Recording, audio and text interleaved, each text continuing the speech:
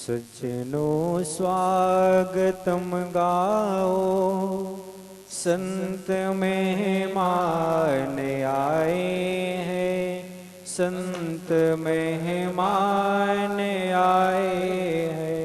सज्जनों स्वागतम गाओ, संत मेहमान आए हैं, गुरु भगवान आए हैं।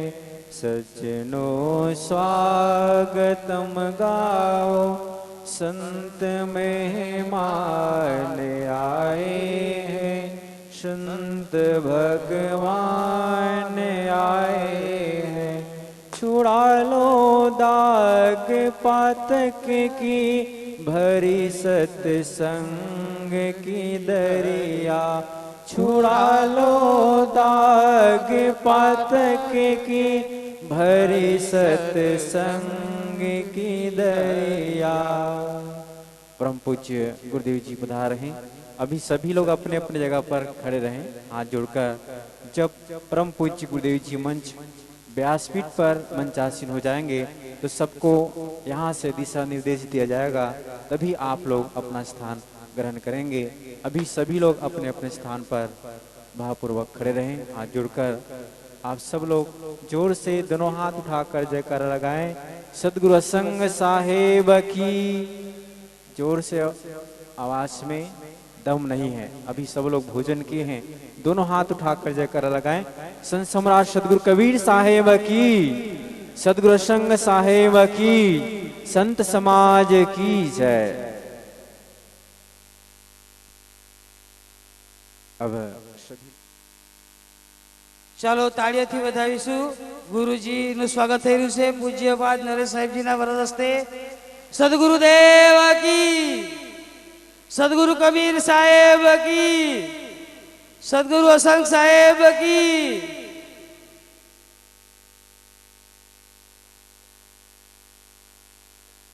गुरुजी नरेश साहेबનું સ્વાગત કરી રહ્યા છે, તાળીઓથી વધાવી દેશું। સદગુરુદેવ की। नगीन भाई दलसुख भाई मूलधर, नरसिंह भाई नाना भाई मूलधर, नरसिंह भाई नाना भाई, मुकेश भाई मड़ा भाई वाव। अपने ताड़ियों थी वधावता रहीशु। सदगुरुदेव की जय।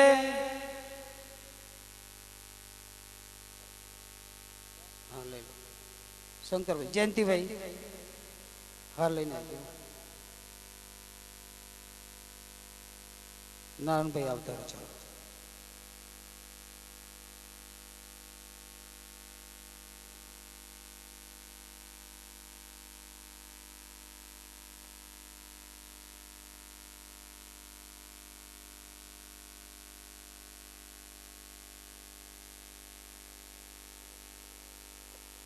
जसुभाई रणछोड़ भाई मूलधर। सदगुरु कबीर साहिब से किसी भक्त ने एक प्रश्न पूछा है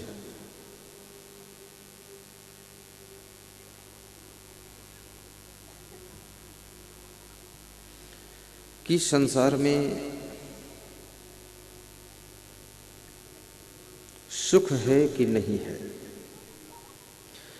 दोपहर में जो प्रसंग लिया था वो अधूरा है, वो कल दोपहर में पूरा करो। रात का नया प्रसंग। और फिर पूछने वाले ने पूछा कि सुख है कि दुख है, और सुख है तो कितना है और दुख है तो कितना है। और पूछने वाले ने यह भी पूछा कि संसार में दुख तो ज्यादा दिख रहा है, और कितने विचारकों ने यह भी कहा है कि संसार दुखालय है, दुख का मंदिर है संसार, यहां दुख ही दुख है। जन्म से लेकर मृत्यु तक दुख ही दुख है। बचपन में दुख, जवानी में दुख, बुढ़ापे में दुख, मरने में दुख, जन्म लेने में दुख, गर्भ में दुख।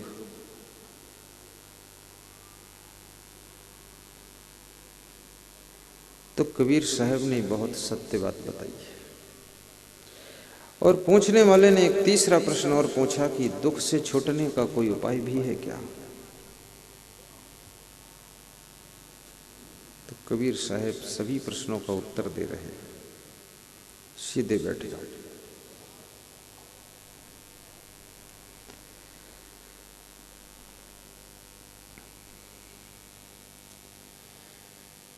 अल्प सुख दुख आद्यो अंता,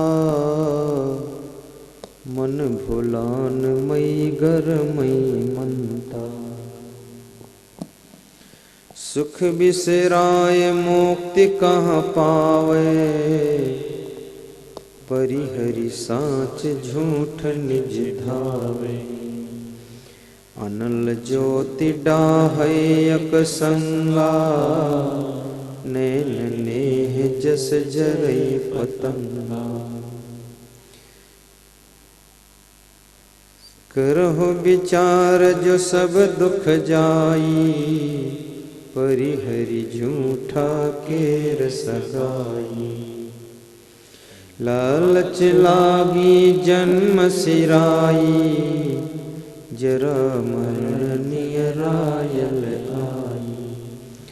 भरम क बांधाई जग, यही विधि आवे जाय। मानुष जन्म पाए के, नर काहे को जहड़ा। अल्प सुख दुख आद्यो अंता, मन भुलान मई घर मई मनता। गौर करना। सदगुरु कबीर साहब कहते हैं कि अल्प सुख, थोड़ा सुख। इस संसार में सुख है लेकिन थोड़ा सुख है। तो पूछने वाले ने कहा कि थोड़ा सुख है तो बाकी क्या है, शेष क्या है? कबीर साहब कहते हैं शेष सब दुख ही दुख है। आदि से लेकर अंत तक दुख ही दुख है। तादाद से ज्यादा दुख है, सुख तो थोड़ा है। तो पूछने वाले ने एक बहुत अच्छी बात कही कि जो थोड़ा सुख है वो क्यों है? वो भी दुख होता तो सब एक जैसा हो जाता है। अब थोड़ा सा सुख का स्वाद मिलता है, फिर दुख ही दुख शुरू हो जाता है। इससे बेहतर है कि टोटल दुख होता तो ठीक है।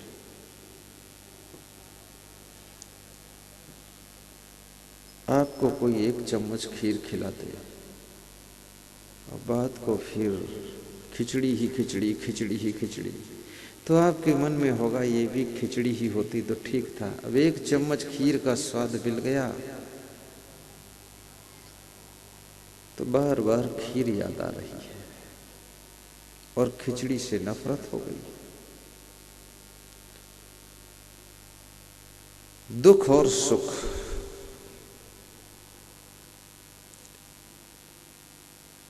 तो कबीर साहब कहते हैं कि थोड़ा सा सुख इसलिए है कि उस थोड़े से सुख के लालच में तुम अधिक दुख भोग सको, इसलिए थोड़ा सुख। अगर थोड़ा भी सुख नहीं होगा तो तुम त्याग करके भाग जाओगे, फिर तुम ज्यादा दुख भोग न सकोगे। ये थोड़ा सुख इसलिए रखा गया है, इस थोड़े सुख के चक्कर में तुम ज्यादा दुख भोगते रहो।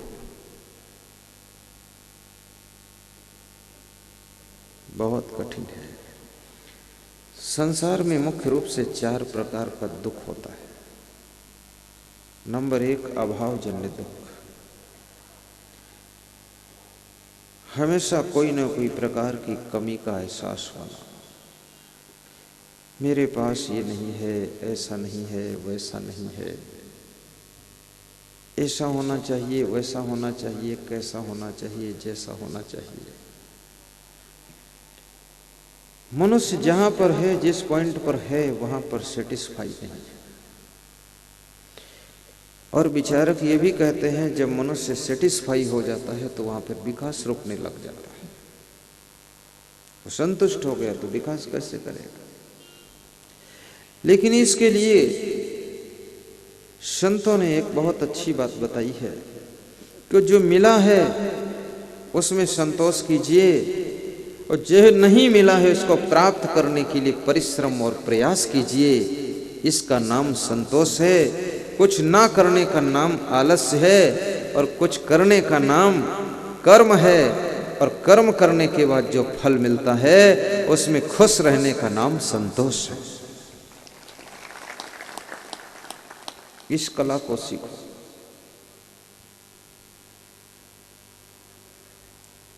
सभी परिस्थितियों को तुम नहीं बदल सकते हो।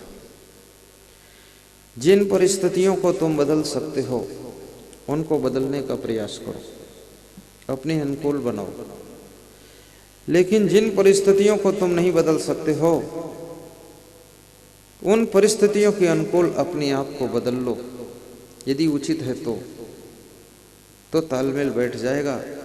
यदि उन परिस्थितियों के अनुकूल अपने आप को बदलना उचित नहीं है तो याद रखना, परिस्थितियों से संघर्ष करते रहो और अपने आप को अच्छे पॉइंट पर स्थिर करके रखो। एक दिन ऐसा आएगा कि परिस्थितियां जो विषम रूप लेकर के तुम्हारे सामने खड़ी हैं, समस्याओं का रूप धारण करके खड़ी हैं, वे समस्याओं का समाधान निकलेगा और विषम परिस्थितियां आपकी अनुकूल होंगी और आपको सफलता भी मिलेगी और शांति भी मिलेगी। विचारक कहते हैं कि मनुष्य परिस्थितियों का दास नहीं है बल्कि स्वामी है, परिस्थितियों का निर्माता है। लेकिन कभी कभी दूसरा मनुष्य परिस्थितियों का निर्माण करता है और हजारों लोग उन परिस्थितियों का भुगतान करते हैं। तुम्हारे तीसरी पीढ़ी के बाप ऐसी परिस्थिति का निर्माण करके गए हैं। अब आने वाली चौथी, पांचवी, छठी पीढ़ी भी उनकी परिस्थिति का भुगतान कर रही है। याद रखना, एक मनुस्थिति परिस्थिति को खड़ा करता है, एक इंसान परिस्थिति को उत्पन्न कर देता है और लाखों करोड़ों लोग उस परिस्थिति में जूझते रह जाते हैं। इसलिए इंसान को कृपया सावधान रहना चाहिए। ऐसी परिस्थितियां मत पैदा करो जिससे कि आने वाली पीढ़ी को संकट हो जाए। समस्याओं को जन्म देना आसान है, लेकिन समाधान ढूंढना बड़ा कठिन है।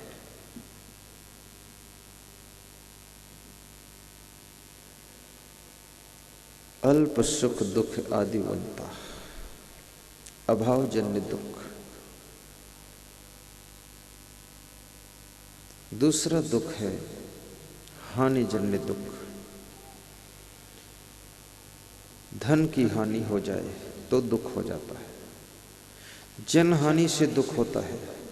गाड़ी चोरी में चली गई, दुख हो गया। कोई आपका कीमती पशु मर गया, दुख हो गया।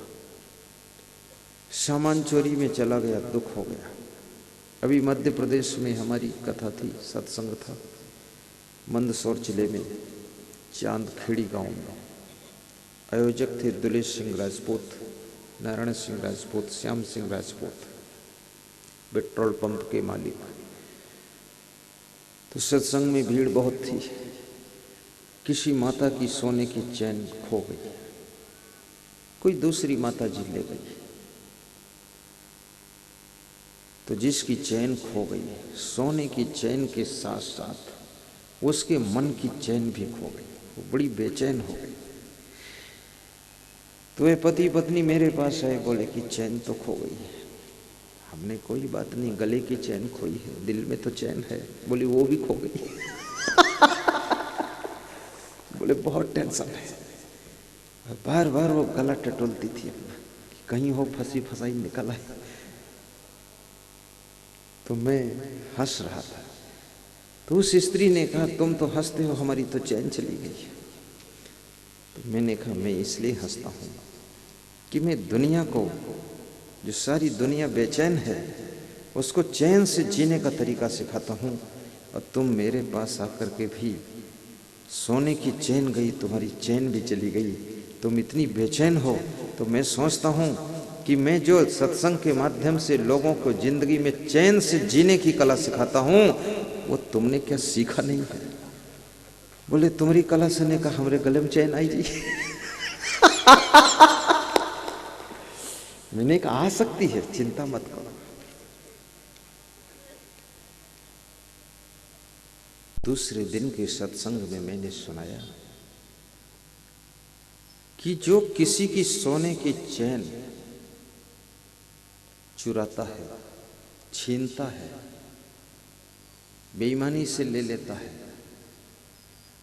तो गले की सोने की चैन तो उसने ले लिया है, चुरा लिया है, लेकिन याद रखना उसको 7 जन्म तक जिंदगी में चैन नहीं मिलने वाली है। चैन से सोने को नहीं मिलेगा। जिसने सोने की चैन चुराया है उसको चैन से सोने को नहीं मिलेगा, उसकी जिंदगी की चैन उड़ जाएगी, अन्यथा चैन वापस दे देगा।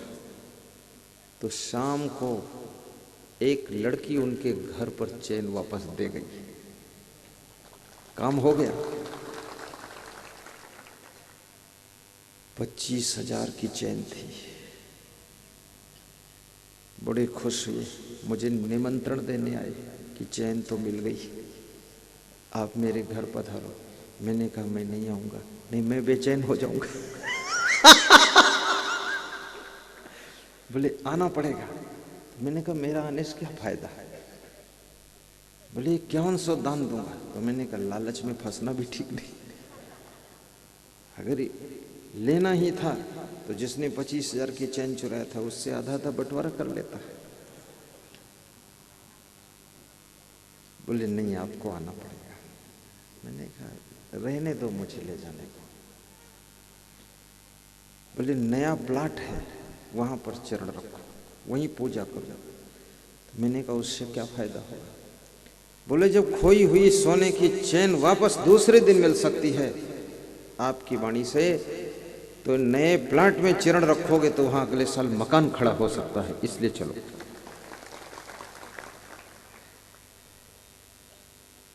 कहने का तात्पर्य है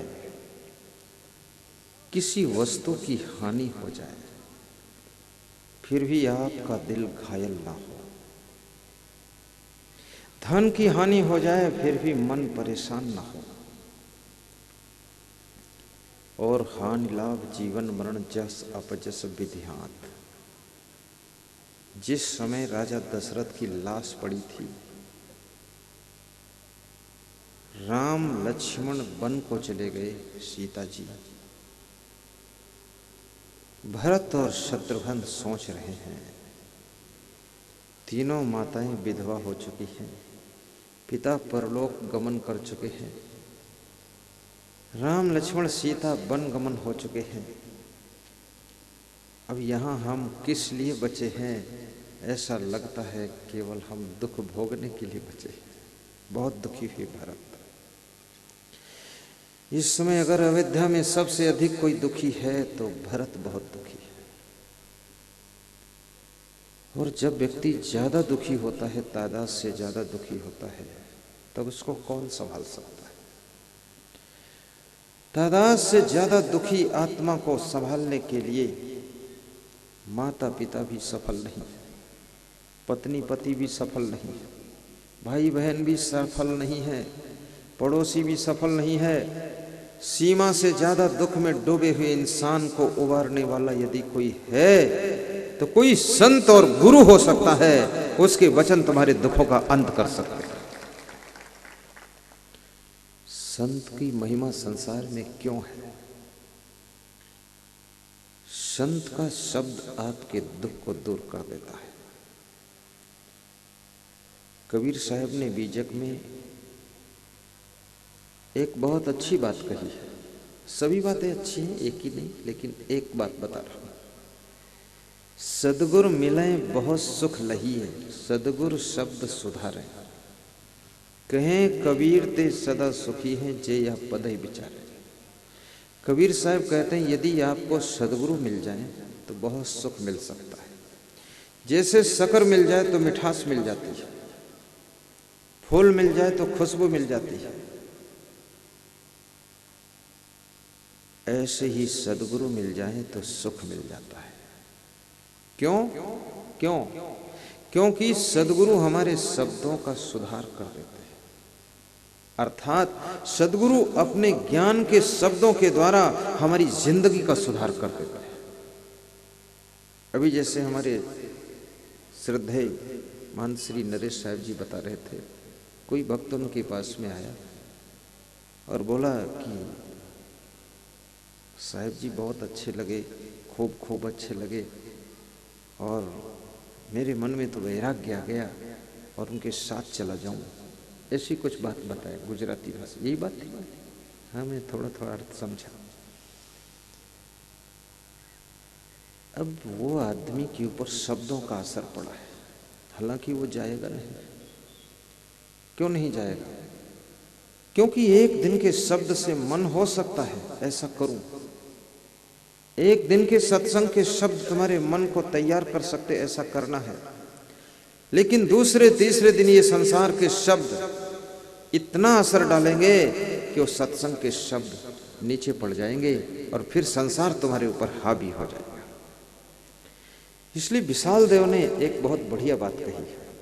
उन्होंने कहा कि प्रतिदिन समय निकाल के करे यही अभ्यास, होए सकल दुख नाश तब ठहरे अचल निवास।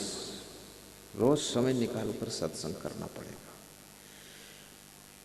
यदि आप गुरु मंत्र ले चुके हो, गुरु दीक्षा ले लिया आपने, किसी को गुरु बना लिया और गुरु ने ज्ञान दे दिया और तुमने ज्ञान ले लिया, लेकिन यदि गुरु को बार बार मिलोगे नहीं, बार बार दर्शन नहीं करोगे, बार बार उनकी सेवा नहीं करोगे, बार बार उनका सत्संग नहीं सुनोगे, बार बार उनके समीप नहीं जाओगे, तो याद रखना जैसे चार्जर में मोबाइल न लगने से डिस्चार्ज हो जाता है, मोबाइल बंद हो जाता है, ऐसे तुम्हारी जिंदगी का मोबाइल भी बंद हो जाएगा और फिर गलतियां शुरू कर दो।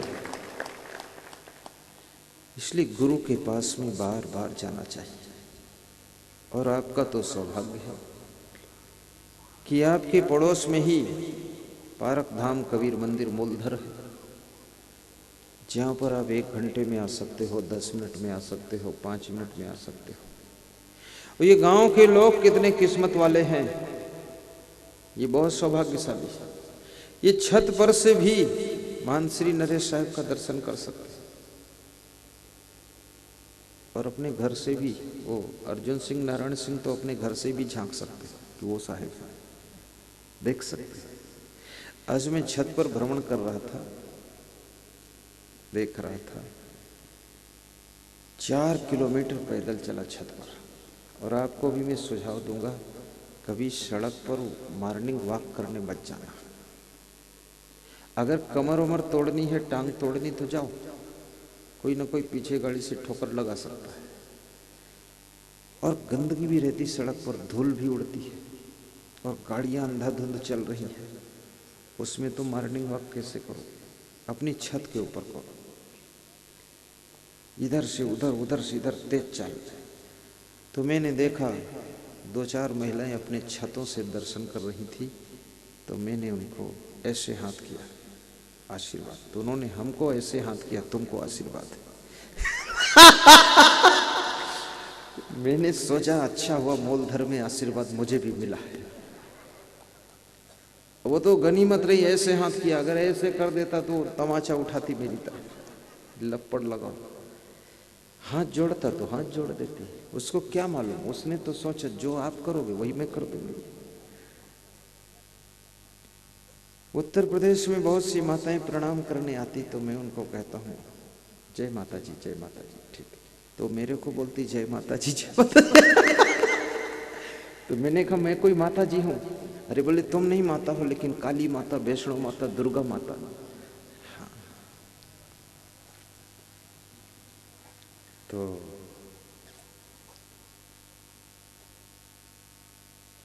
आप लोग सौभाग्यशाली हैं जो आपके पड़ोस में आश्रम है,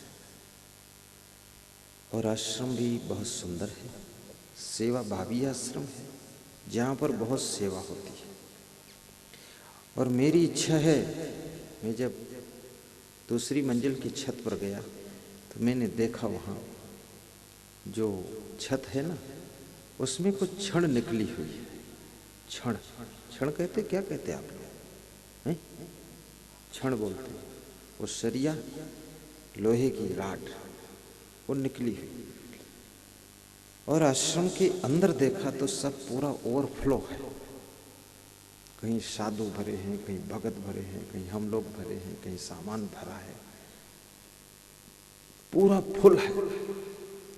तो मैंने सोचा इस छत के ऊपर भी थोड़ा बन जाता तो ये भगत लोग जो इधर उधर हैं वो भी इधर ही सेट हो जाते ऊपर।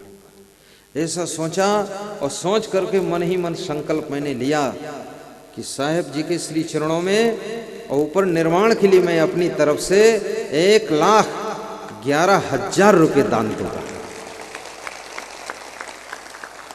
जोर से बजाओ ताली।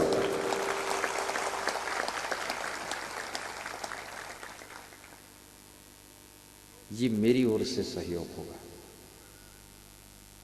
कितना बोला हूं भूल न जाऊं। 1,11,111। पता नहीं इतनी संख्या बनती है उसमें। चलो जो भी बनेगी।